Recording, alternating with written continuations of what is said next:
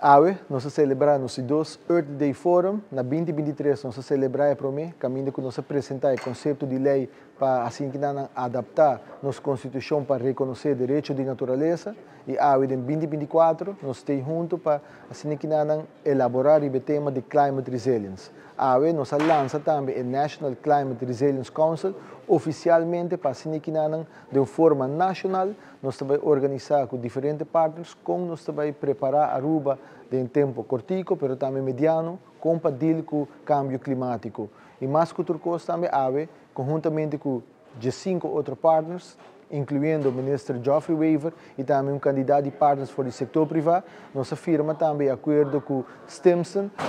Center, para assim que nós conduzir curve, para o que chama Climate and Ocean Risk Vulnerability Assessment para Aruba. O estúdio aqui vai dar mais de 100 indicadores e mais de 3.000 data points para assim que nós estamos preparados para criar a baseline contra o deal com o câmbio climático na nossa isla. E para finalizar, nós firmamos um acordo também com o CAS, que vai conduzir Climate Atlas para Aruba, que tem sinergia com a Corvi, para assim que nós juntos, nós trazemos a informação e resultado do estúdio aqui juntos, para Aruba por elaborar e preparar plano compatível com o câmbio climático long term. E me está sumamente honrado para mirar quanto gente atender a AVE, toda gente de comunidade, de tanto setor privado, mas também setor público, NGOs, mas também